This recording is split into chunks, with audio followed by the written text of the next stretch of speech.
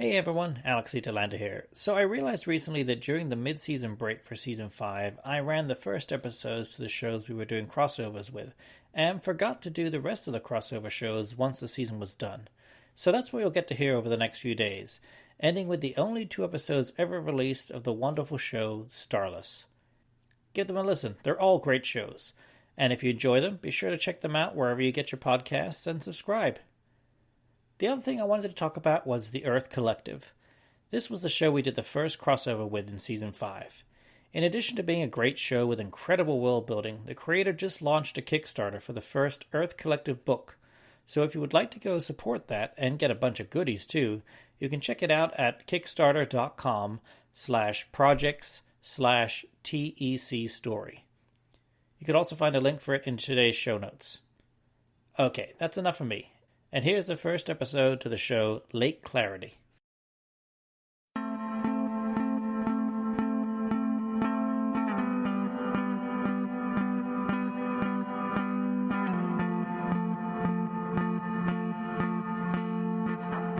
Lake Clarity.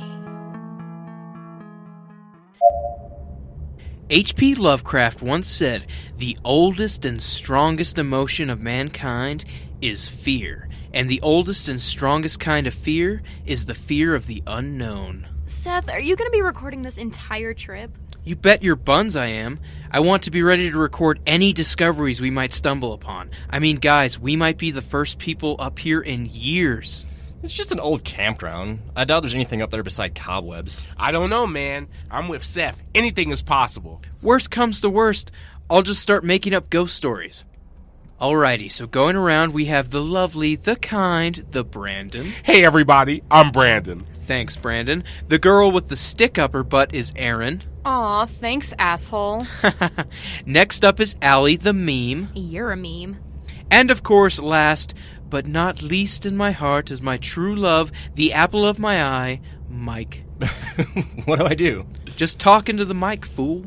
Hi, guys. Guys, can you pipe down? I'm trying to drive here. Okay, Mom.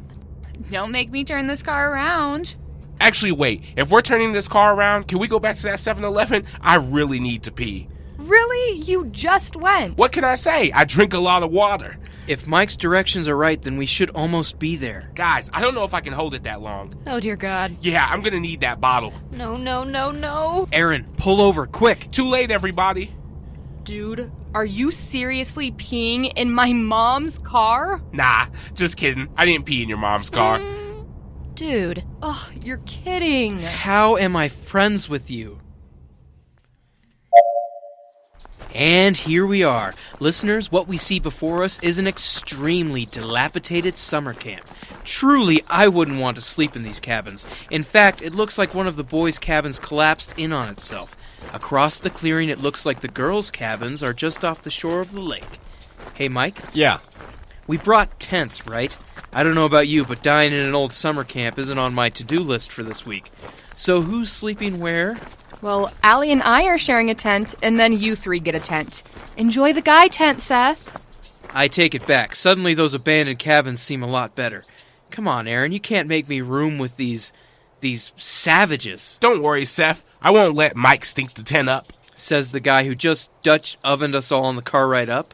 I mean, if you really wanted, you could sleep in the car. By myself? Do you know how cold I'd get? Is anything good enough for you?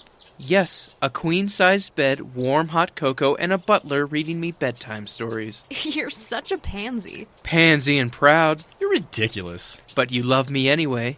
So, where are you guys thinking of setting up the tents? I want to sleep next to the totem pole. What? Where's the totem pole? See it over there? Between the flagpole and the big bonfire pit? Ooh. Brandon, wait up! Hey, come back here and help us carry this shit. Nah, man. I'm free like the eagle. Sorry, we're eagles now. Tents up. Yay, progress! Would have been faster if somebody had helped. Seth and I were busy taking a spiritual adventure by becoming eagles, then bears, then hyenas, then sloths. But we did get a chance to explore the camp a bit. Did you know there's a headmaster's cabin behind the mess hall? Yeah, it was all locked up and stuff, but it seemed pretty cool. We should go check it out when it's not nighttime and full of ghosts. But now, we drink. Did you bring anything good? Does it matter? You drink it anyway. Fight me. What am I about to pour down my throat? Happiness. Depression. What? Friendship. Oh, God. Here's to our final summer together. You guys have been such great friends for the last 4 years, and hopefully we'll remain great friends for the rest of our lives. To a lifetime of friendship. Oh, that was god-awful. Was that your first beer, buddy? Keep drinking. I will, but first, it's story time. Founded in 1961, Camp Clarity was intended as a co-ed multi-purpose summer camp. It had various activities such as rowing, hiking, candle making, teepee construction, and team obstacle courses. Though after 4 years of operation, Camp Clarity was closed due to water contamination from a nearby mine. After the nearby mine closed in 1973, the United States Forest Service purchased the property to establish it as a ranger station. This too resulted as a failure, and the campgrounds were left abandoned. In 2009, a local Colorado writer published a collection of short stories, one of which was about a fictitious curse that surrounded the land that the summer camp was built on.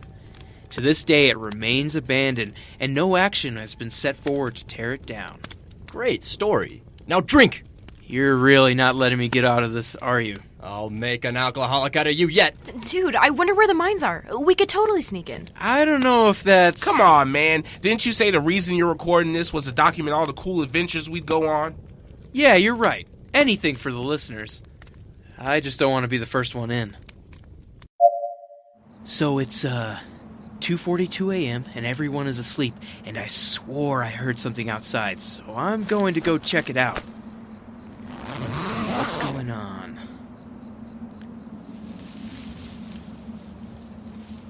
False alarm. No monsters here, just a deer. Wow, it's nice out here. Maybe I should get out more often. Day 2 of our wonderful adventure at Camp Clarity. Guys? Guys, where's the breakfast? Seth, hurry. Come over here. I just got a huge fish. Okay, just a sec.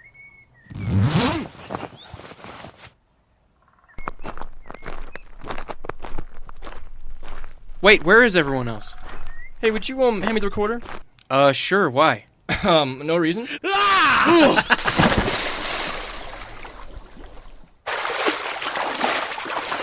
Oh my god, you mother liquor! You all right? Yeah, I'm definitely awake now. Go back to sleep. Okay, now that I am dry and everyone is fed, it's time for our first adventure. Alright, Brandon, what's up? The sky. I mean, what are we about to do? Continue participating in our mostly meaningless lives and making choices that have no real effect on the world. Alright, Erin, tell us what we're about to do.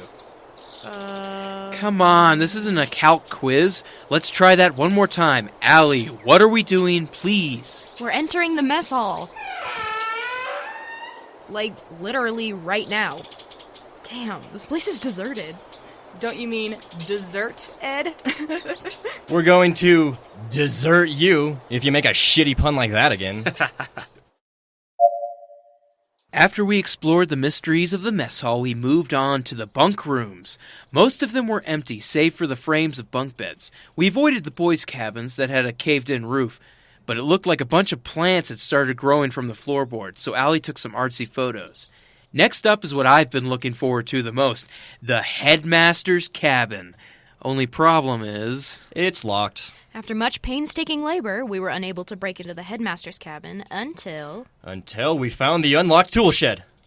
All thanks to Allie. Of course, there wasn't any keys lying around, but Allie found a crowbar. Yeah, a crowbar. If we're breaking in anyway, why don't we just use a rock? Please. We're classier than a rock.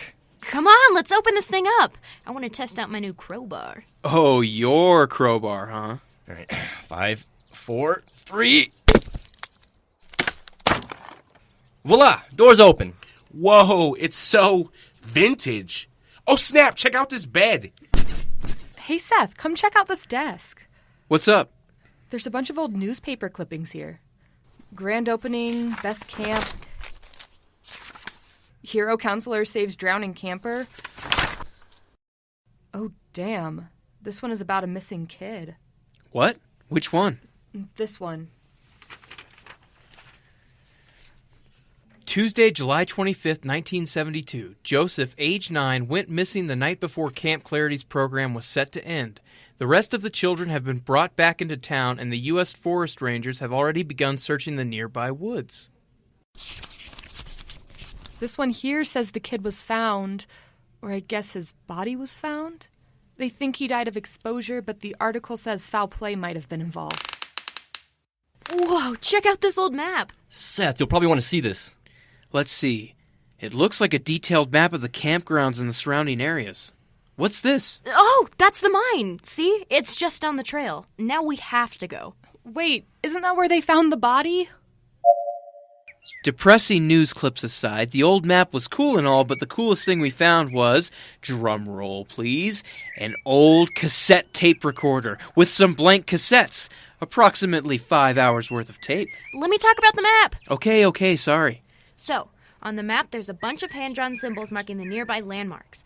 There's an old mine and a ranger tower. There's also some highlighted trails, which just so happens that one of the trails go right past the abandoned mine. So we're going to hike, Overlook Trail. The map is old, so I'm sure the path is mostly overgrown, but we should still be able to find it. I think it connects right to the campground. So, it's lunchtime. Typically, this would be an exciting part of any day, but it turns out that Brandon and Mike only brought hot dogs and white bread. So it looks like some responsible shoppers will have to take the 45-minute trip down to town tomorrow to buy some real food. All right.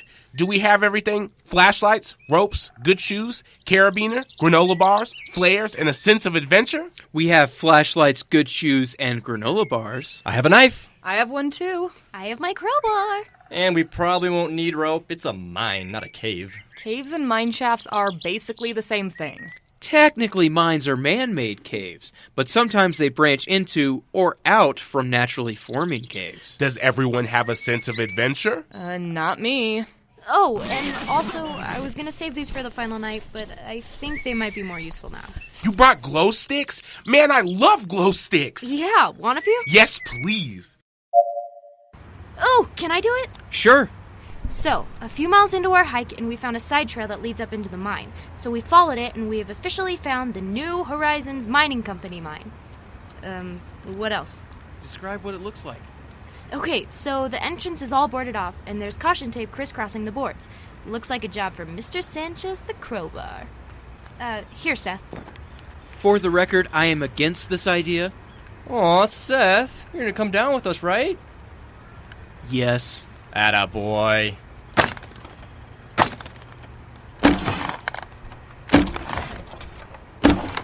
All done.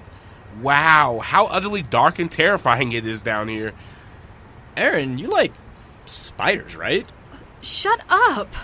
So, who wants to go first? Nose goes. Damn it. Just think of it like this. If you set off a booby trap, then you'll die saving all of us. Aw, just what I always dreamed of. Do you guys think there are any dead bodies down there? Ooh, maybe. You know what there is a lot of? What? Spiders. I really hate you guys. So, we're about 20 minutes into the mine. The air is cold and musty and smells like dirt. So far, we've encountered a handful of spiders, but there's nothing Erin screaming and flailing couldn't take care of. With all the flailing, Erin tripped. I was hoping she'd set off a booby trap, but it turns out it was just a rock. But then she fell onto some old boards, and they broke. Yeah, thanks for all the help, assholes. Love you, Erin. So, anyway, the boards broke, and it turns out they were blocking a side passage. Honestly, I think we would have all walked right past it if it wasn't for Erin. So here we go. The slope is pretty steep, guys. Be careful. Yeah, we don't want Erin tripping again. Seriously, you guys are the worst. Is that a light? So I'm not the only one seeing it? No, that's definitely a cage light. And there's a green metal door? Kinda looks like an old army bunker. So, we gonna open it or what? Yeah, man, let's do this. Allie, crowbar, please. Yeah, sure. Guys, I don't know if a crowbar is going to help you. It's a metal door. So what should we do then? Say open sesame, abracadabra, Kalatu, Barata, Niktu. Why not knock? Well, now what? Whoa, I didn't do that. It's an old door. It was probably just the metal unbending from... Okay, so I'm leaving. Yeah, man, me too. This place doesn't sit right with me. Allie, Mike, I'll stay here if you two do. I don't know, man. I'll do all the knocking. Fine. Mike? Do you even need to ask? See? Just a fluke, right?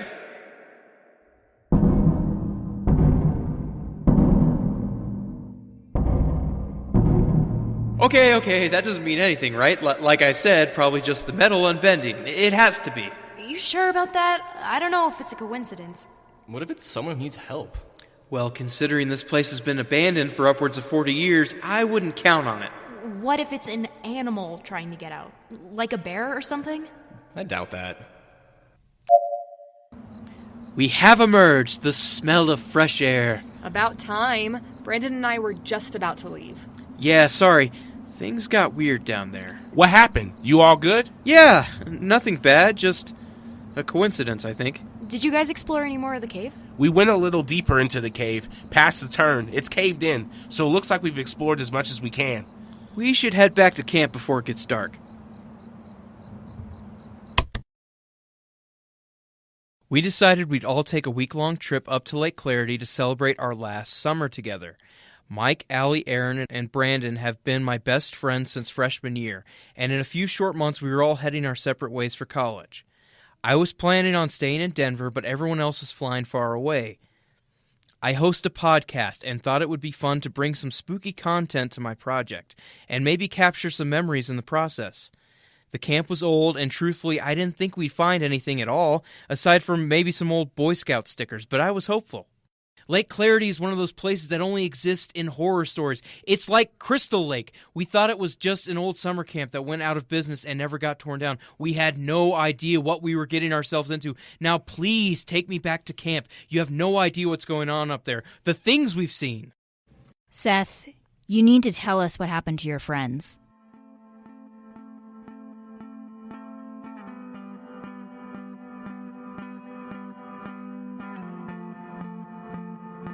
You heard the voices of Bear Omenson as Seth, Ben Ernst as Erin, James Brunt as Brandon, Maddie Moore as Allie, Jacob Thorne as Mike, and Kristen Van Etten as Ranger Joan. Written and directed by Pacific Obadiah and Larissa Fleming, and edited by Pacific Obadiah, with help from Maddie Moore. Our music is provided by It's Teeth. You can find him on Spotify or Bandcamp.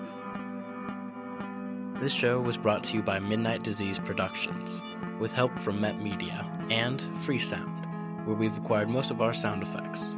For a full list of proper attributions and credits, please visit mymetmedia.com. There you can also find additional information about the show, as well as any extras and behind-the-scenes content that we've been producing.